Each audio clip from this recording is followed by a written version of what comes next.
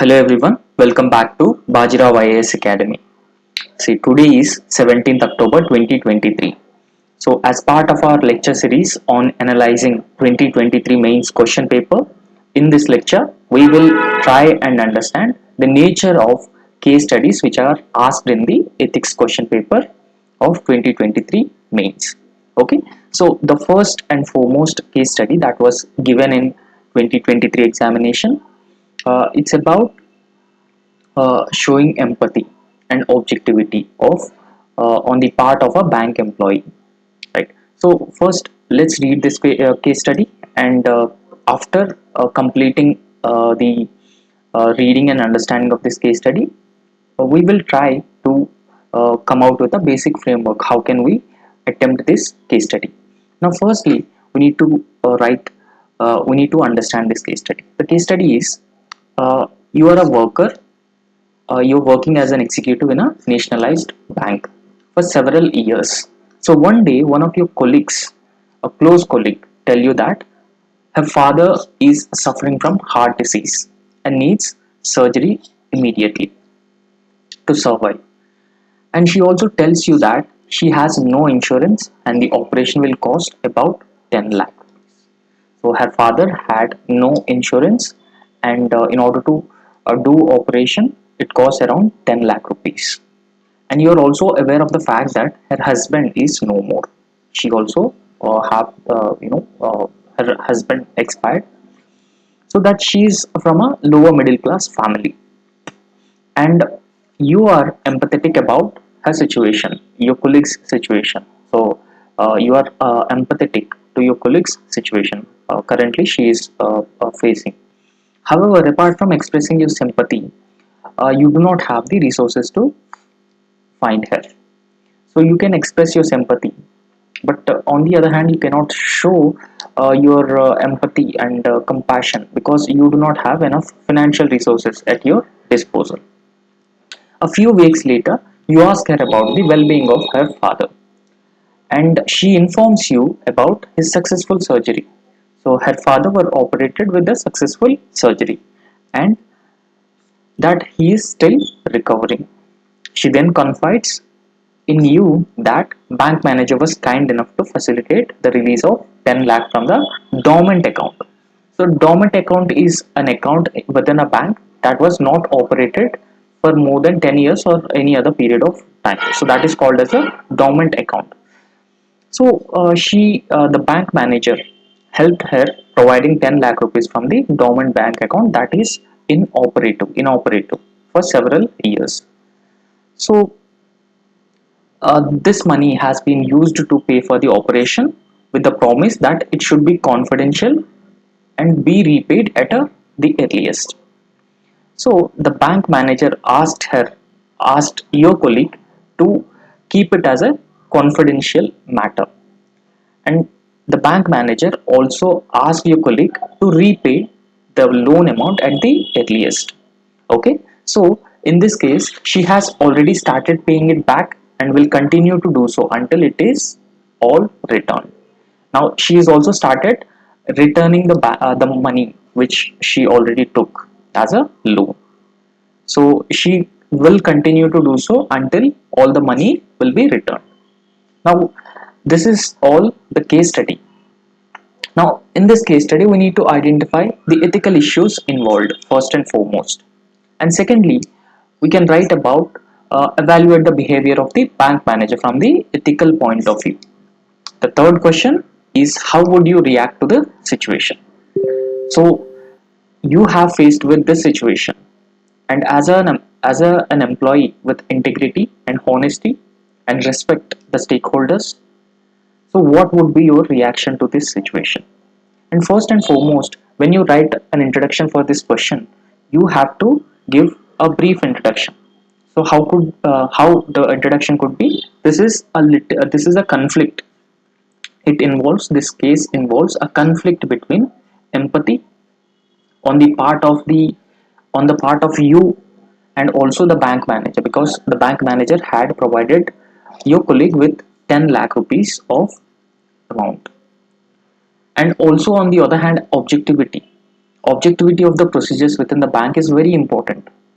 So if objectivity is not maintained, if account holders' money is misused in this way without accountability, then certainly the level of trust the stakeholders hold on the bank would be further diminished. So, therefore, in this context, first and foremost, we need to write an introduction.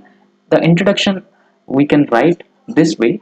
So, the above case involves there is a conflict between empathy and value of objectivity. So, first and foremost, you can write about the ethical issues which are involved in the case.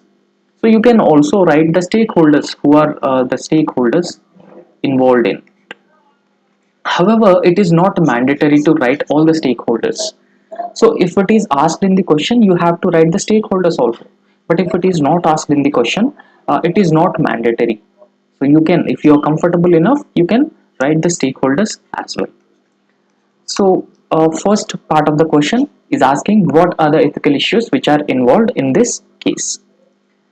So now if you look at the ethical issues which are involved in this case, first and foremost, there is a misuse of the authority on the part of the bank manager, because bank manager have the authority to sanction loans, but sanctioning of the loans should be based on the objective criteria,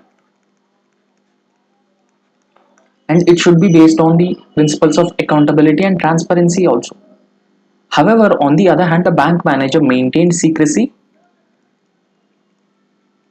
and given loan from the dormant account. So that is not acceptable, that is not allowed, because this dormant account, any time the account holder can come and ask for money. So in this context, the bank manager would face the problem. So therefore, the first and foremost, there's a misuse of the authority. So there's a breach of trust placed in the manager's role, not just the employees, but also the public, which have some sort of a trust on the bank. So it leads to the breach of trust placed on the manager's role, and it also sets a wrong precedent. Wrong precedent how? When a bank manager gives loans to his employees in this manner, other employees will also approach the bank manager for any other purpose. So they continue to misuse their authority and their position, and that is ethically wrong. Secondly, lack of transparency. So in this, there's a lack of transparency also, because the loan provided in an unofficial and non-transparent manner without following the due process. So for every procedure, whether it is a bank or whether it is a government procedure, there should be a due process. So the due process has not followed, and it is very confidential, and it is given to the employee without proper verification also. So the employee also does not have enough capability to repay the loan, because this is paid on healthcare of her father, and her husband is no more. So therefore, there is a lack of transparency, and due process is also not followed. So we are discussing the ethical issues which are involved. So whenever we are discussing the ethical issues, we should discuss all the issues from all the perspectives. Third, there's a potential conflict of interest also involved in this, because the loan is being given to the bank employee itself. So therefore, there is a preferential treatment. Whenever an outsider comes and asks the manager, the bank manager would not respond in a similar fashion. So there is a preferential treatment for a particular employee within the bank. So therefore, it involves a potential conflict of interest. So it results in biasness. Okay, so it results in biasness for personal return. So there may be some personal return as well, personal benefit as well. So it involves some sort of a conflict of interest. So conflict of interest is actually, the definition is the misuse of our official position and authority to gain personal benefits for ourselves, for our relatives. And the third ethical issue which is being involved into this is justification of a wrongful action. See, first and foremost, whatever the bank manager has done is non-transparent, and it comes under the misuse of authority. But on the other hand, it also justified on the empathetic grounds.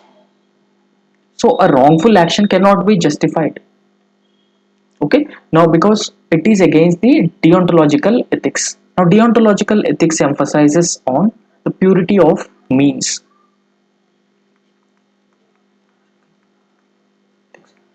So the deontological ethics, so they emphasize on means over the ends.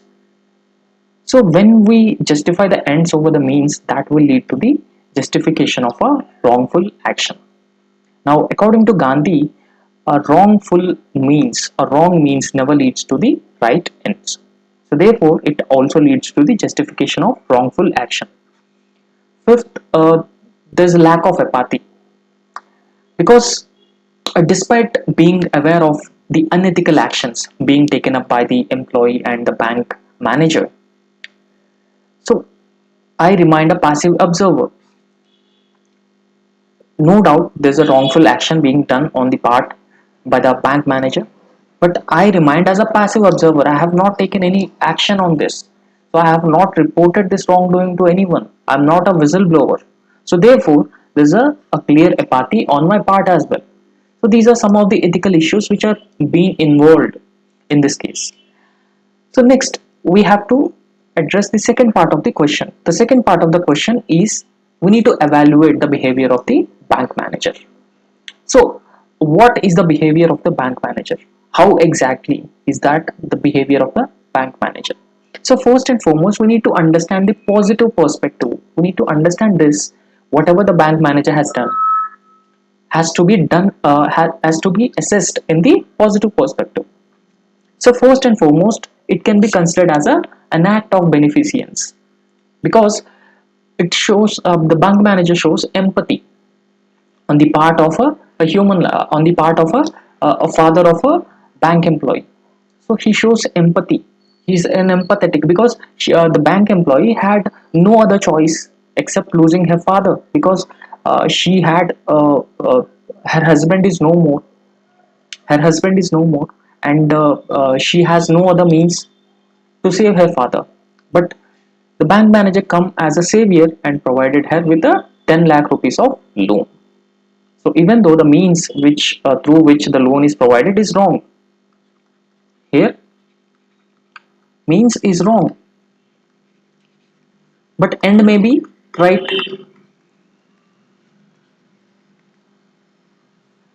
So deontological ethics says when means are wrong, ends will also be wrong.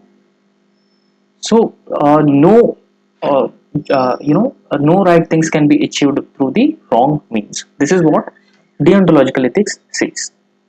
So the bank manager, his overall intention is to help the colleague in need, so that he demonstrate the kindness and empathy on the part of an helpless woman. Okay. So on the other hand,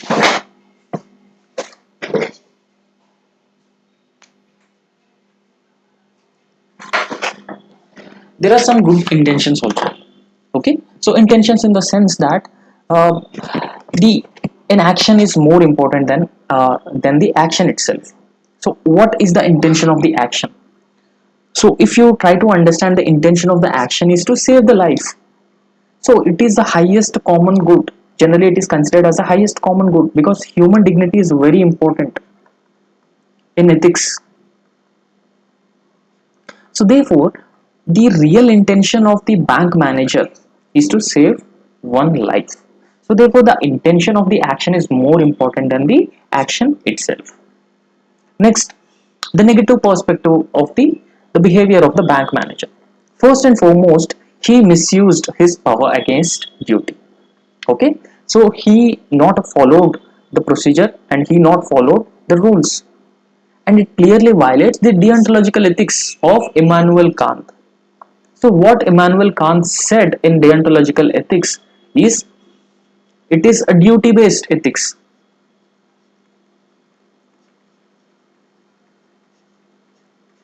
So it emphasizes on means over the ends.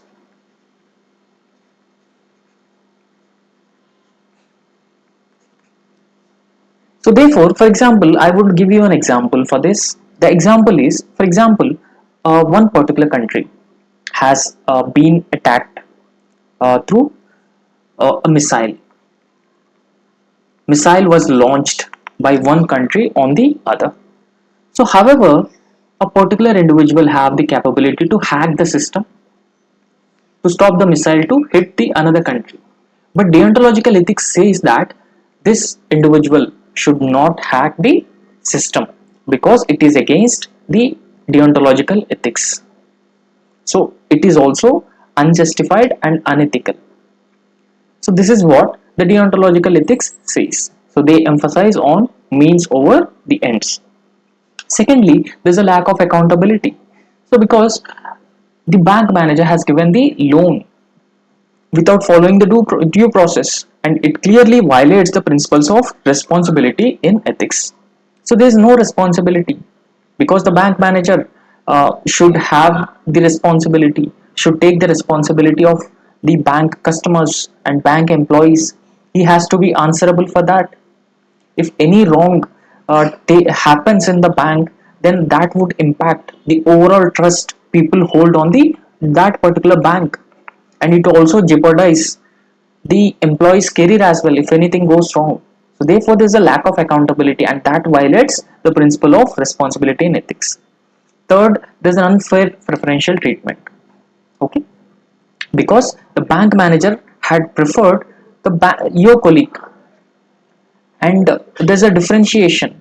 For example, any other person comes to the bank and asks for a loan, so the bank manager would not do the same thing to the other individual. However, here it clearly shows there is an unfair preferential treatment, and this unfair preferential treatment is absolutely against the distributive justice concept of John Rawls. So John Rawls have come up with the concept of distributive justice, and distributive justice concept says that justice is a fairness, treating everyone equally.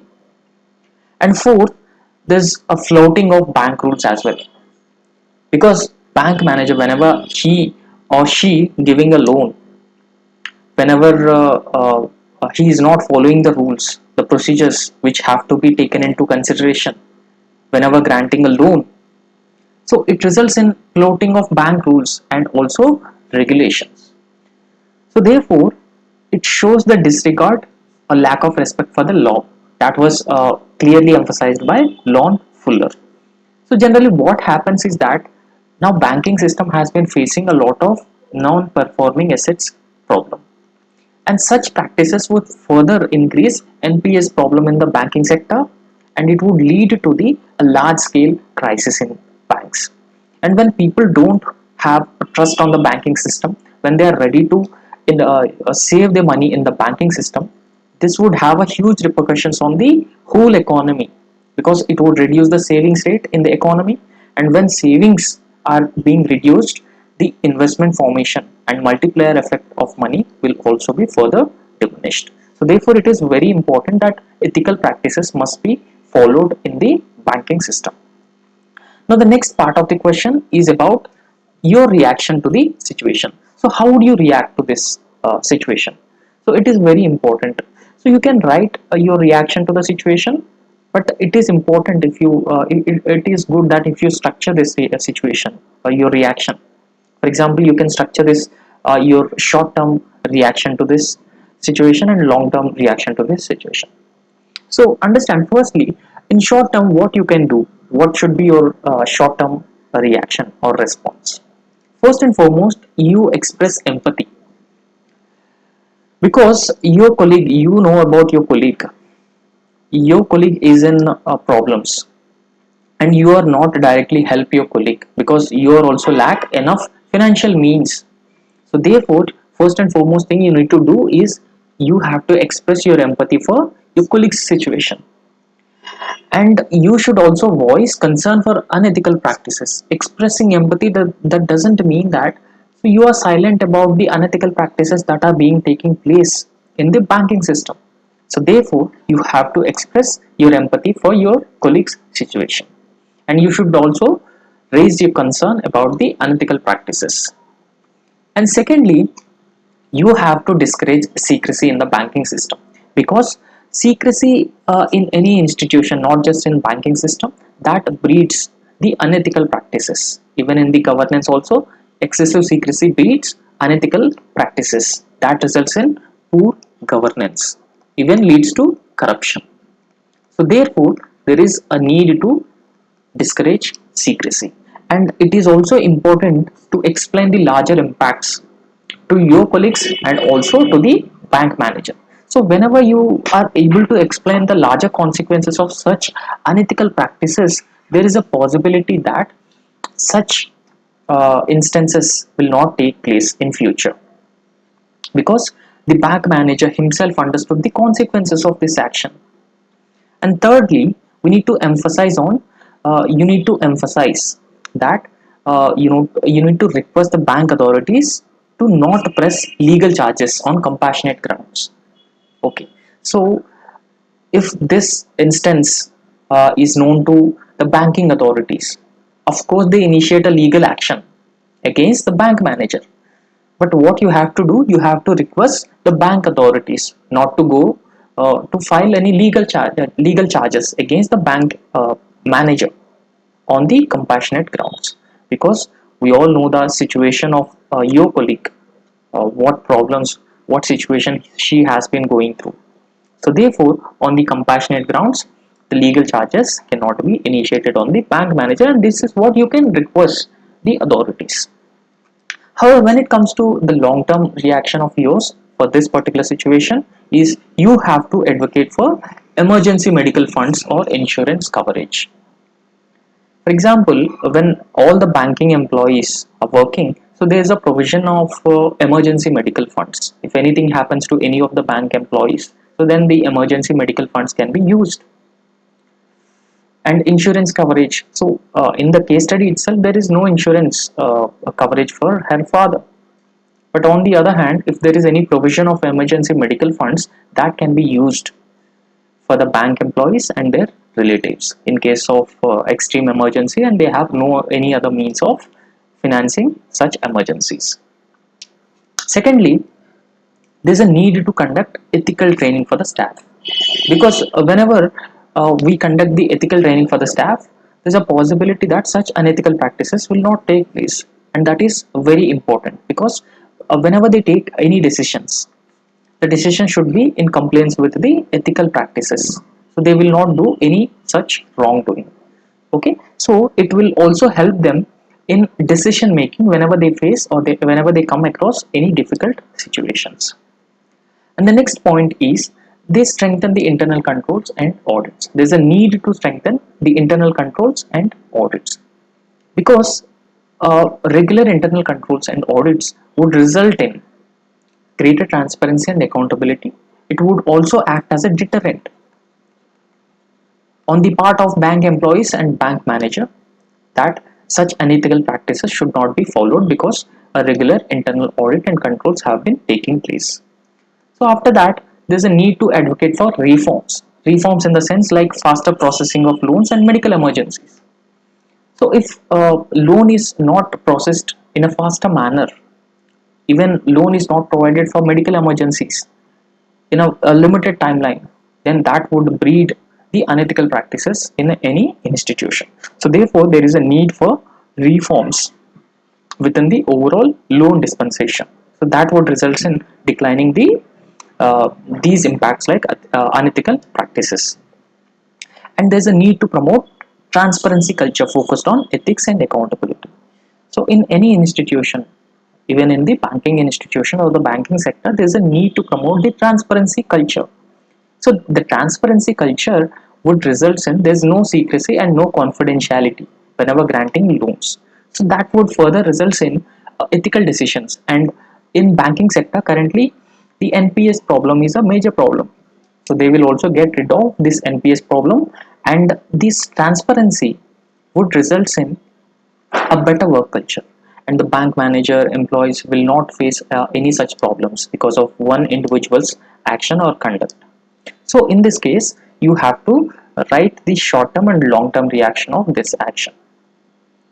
So in this case, when you write a conclusion for this answer, you have to emphasize on the need to prevent such unethical practices in any institution, because such unethical practices would set a precedent and encourage other individuals or incentivize other individuals to follow such unethical practices. However, there is a need to find out another options. For example, we talked about reforms, and we also talked about emergency medical funds. So such aspects need to be found out, so that on the compassionate grounds we can also save a critical life. And this is how you can conclude this case study. So the next case study is, it is about a disaster and responsibility of a district magistrate. So how a district magistrate is being responded to a disaster, and he went on to attend the victims of a disaster and look after the relief measures. And on the other hand, there's a life and death situation of a pregnant woman. So immediate decision has to be taken with respect to that particular woman. Now first we will read and understand case study, what exactly it is all about. Now firstly, a landslide was occurred in the middle of night in the 20th July 2023. So that was happened in a remote mountain hamlet approximately 60 kilometers from Uttarkashi. Right. So a landslide was caused by torrential rains, heavy rains that were taking place in that particular region, and that further triggered landslides. So this has resulted in a large scale destruction of property and life. So over a period of time, so a continuous torrential rainfall and landslides further resulted in a large scale destruction of property and even loss of life. For example, you as a district magistrate of that particular area, so the area is Uttarkashi.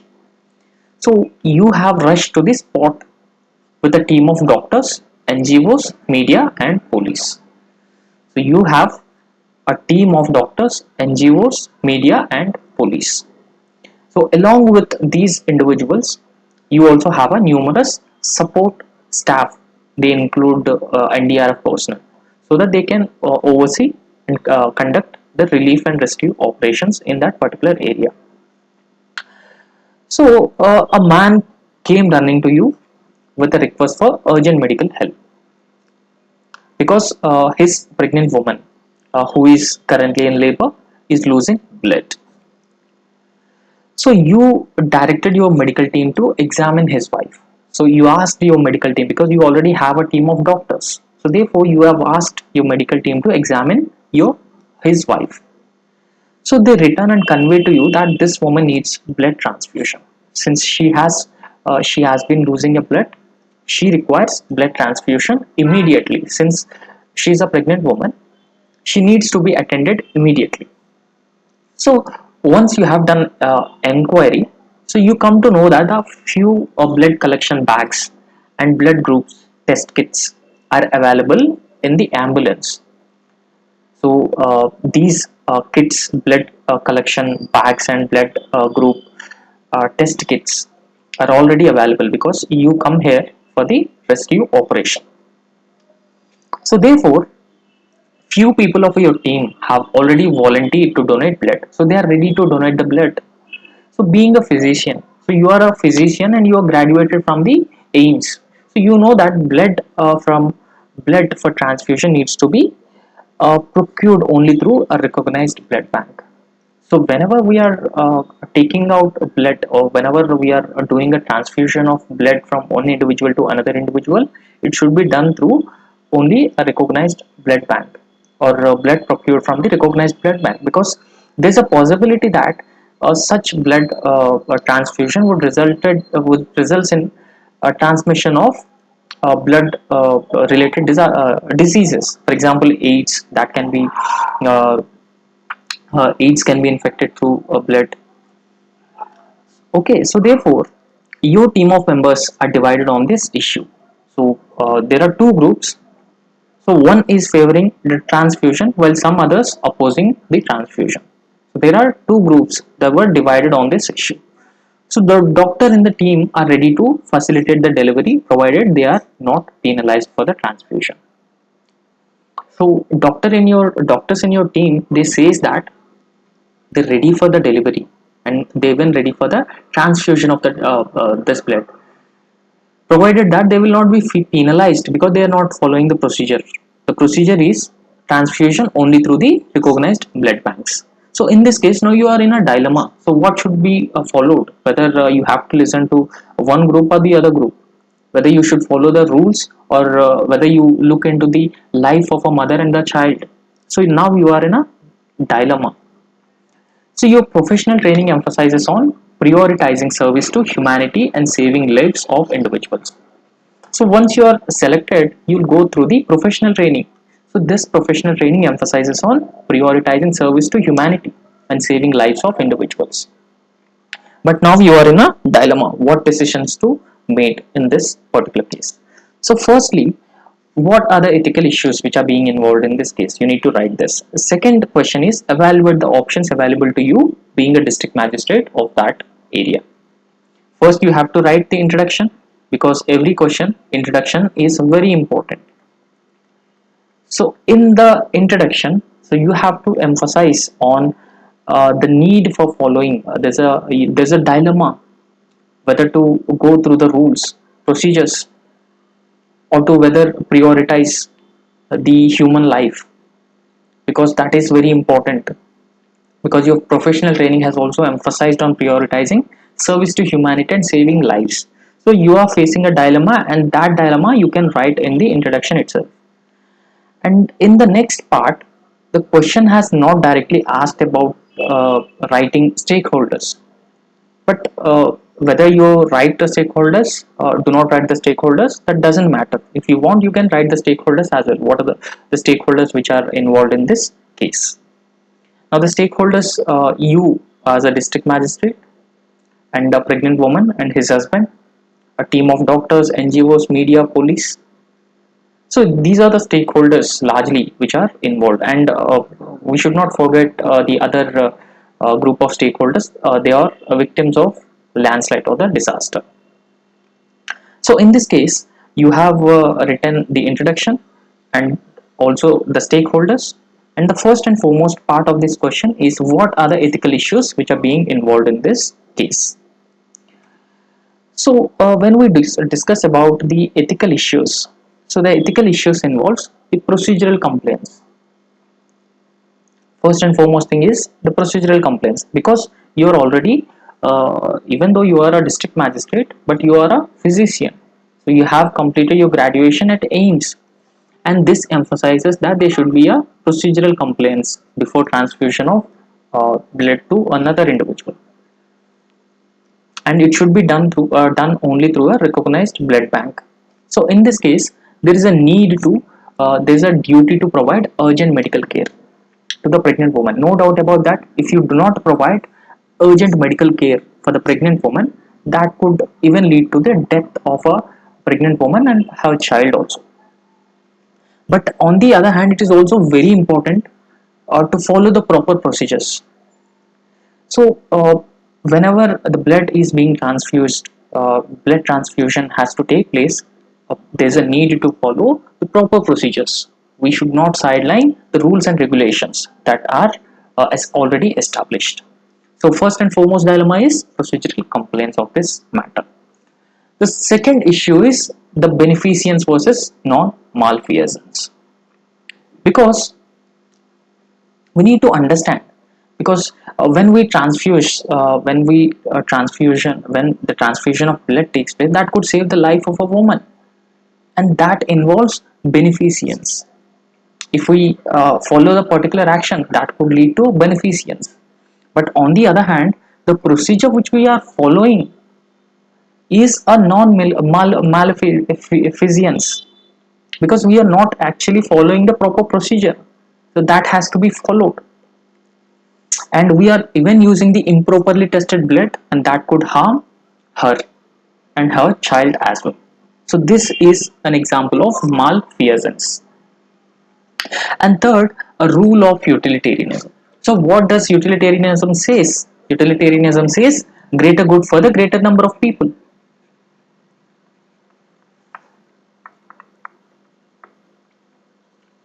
So in this case, how can we use utilitarianism?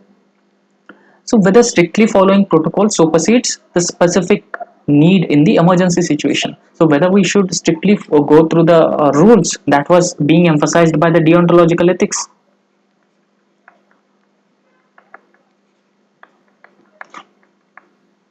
or we should look for the greater good, common good. So that whenever there's an emergency situation, we need to take an immediate decision. So that decision which benefits the greater number of people. So even if it leads to the violation of the rules, procedures, if a particular decision has been resulted in saving the precious lives, valuable lives, then we can go following that particular decision. After that, the justice and fairness in the decisions, because it is very important, because if we do not take any immediate decision at this spot, then that would lead to the loss of life of that pregnant woman and her child. And don't forget that this particular team went for the rescue. So whenever the rescue operations have been undertaken, it is a very important that the public should also actively support the rescue team.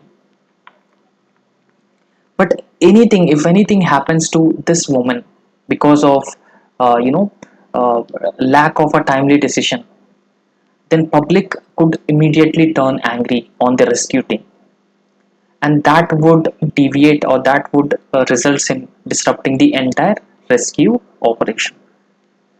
So therefore it is also important that the decision should be based on the principles of justice and fairness. This woman should receive equitable and timely treatment like an any other patient. And after that, the truthfulness of our decision. So even though we are tweaking rules, even though we are bending the procedures, we are following the path which has resulted in a true a greater good. However, we need to accurately report the emergency transfusion if done, or conceal it. Okay, so after transfusion of the blood has been taken place to that pregnant woman, do we need to report this or not report? So if we report the transfusion of the blood, then it leads to the violation of rules and the procedures. Then the doctor's team who attended the pregnant woman, and also you as a district magistrate, responsible for this.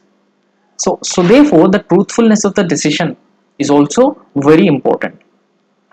And what about ethics and integrity? Because it involves saving one precious life, and it also involves, on the other hand, strictly following the rules and regulations as an officer. So following the path which is objective enough. So therefore upholding professional ethics and integrity while addressing the above discussed moral dilemmas. So these are all the dilemmas which are given in this case. Now after that, the next part of the question is asking us to evaluate the options which are available to us. So what are the options which are available? The first and foremost option is follow the protocol and do not allow transfusion of the blood. So this is the first and foremost option which is available to us. So if we evaluate this option, the merit which involves is it fails the beneficence and violates duty of care. Okay, so there's a mismatch here. So merits include this and demerits are this. So the merit is it upholds the regulations, because we are strictly following the rules and regulations, and we are also following the professional ethics, and you are doing what you have been taught during your graduation as a physician. So therefore you are upholding the regulations, and on the other hand it also avoids non-malfeasance. So non-malfeasance means, so you are not ordering the transfusion of the blood, because blood transfusion has to take place through a recognized blood bank. So the blood which is being approved or recognized by the blood bank. So therefore, these are merits involved, and the demerits involves it fails the beneficience,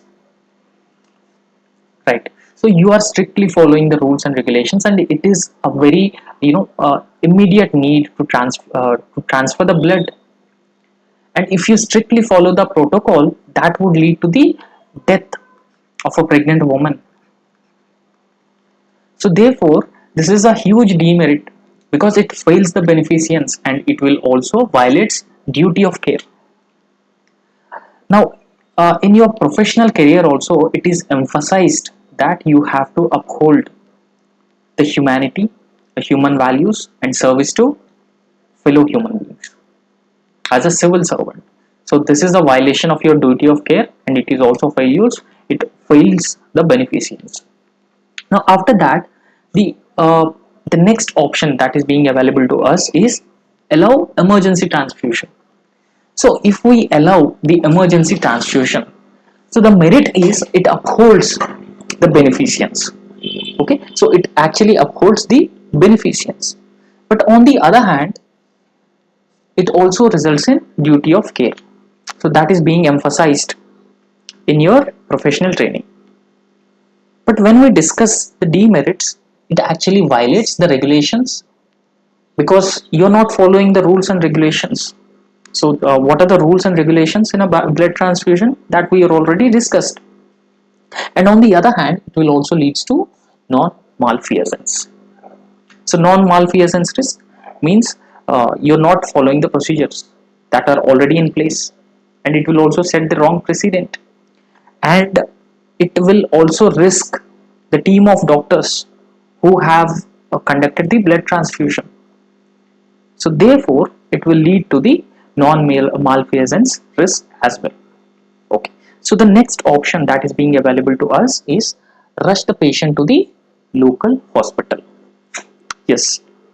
Now we are now in a situation where the landslides and torrential rains have been taken place, and it is a very important. We need to attend the victims of a such a disaster. But in this backdrop, we need to understand: can we immediately shift the patient to the local hospital? Is there any complications in immediately shifting the patients to the local hospital? So, if we look at the merits of this option, the proper facilities they reduce the non-malfeasance risk. Okay, so even if we transfer the patient to the local hospital, there may be facilities or there's a lack of facilities. So what about the professional doctors in that local hospital? They may be maybe or may not be a recognized blood bank. So therefore, we need to understand whether there are proper facilities because we are in a remote hamlet, so we cannot expect that particular hamlet to have this all the facilities. Okay, and secondly, it reduces the non-malfeasance risk. Okay, so non-malfeasance risk means you're not doing this in an unethical manner. You're following the rules. You're following duty ethics. And demerits, it results in delays in risks. For example, if there is any delay in shifting this patient to the local hospital or the immediate hospital, if that delay could result in loss of her life, it risks her life. So therefore it is very important, and it also fails to beneficence. So if the death of that woman happens, then that leads to the failure of beneficence as well. The next option is airlift of certified blood. Yes, you have all the equipment, and you are also supported with all the means of transportation, even airlifting individuals, so in case of severe medical conditions. So therefore, airlifting of certified blood would be the another option. So what are the merits involved in this case? So the merits involved, so it could avoid the non-malfeasance because through the airlifting, we could also bring the blood from a recognized blood bank, and we can attend this pregnant woman. So therefore, it avoids non-malfeasance. So on the other hand, if we look at the demerit of this issue, so what if it is delayed? What if the blood group which the woman requires is not available? So that could also result in even weather is also not favorable. So torrential rains would make it would make it further difficult to fly a chopper because of a gusty winds that could be accompanied by these torrential rains. So therefore, weather could delays the and so weather could delays the airlift of certified blood, and that could lead to the fail of beneficence and death of a woman. So the last option that is being available to us is doing nothing. So if we do nothing, the merit that involves is upholds the regulations. So even if it involves severe consequences on the part of a woman, when we do nothing, one merit that is being comes with it is that upholds regulations. But on the other hand, it could have a huge demerits because it fails the beneficence. You are not following whatever taught to you in your professional training, and it could also have a severe repercussions because you are not attending uh, an individual who is in need, and you also uh, showing no empathy.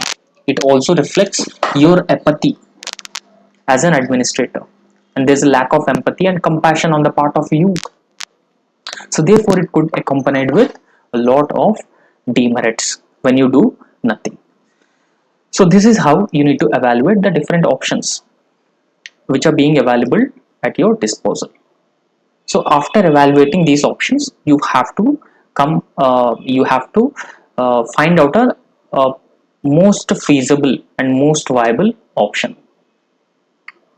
So the most viable option is allowing for emergency transfusion of blood so that you can save the life of a woman, and that increases the trust and confidence of the people, and even the local people would actively support the relief and rescue team in their operations, and that instill a lot of confidence.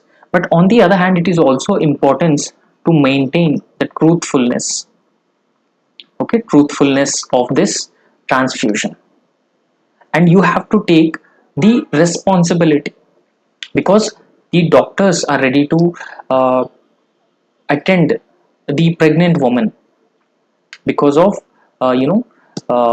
because they have asked you about this. So therefore the truthfulness of this particular action is also very important, and after the blood transfusion you have to go through all the procedures.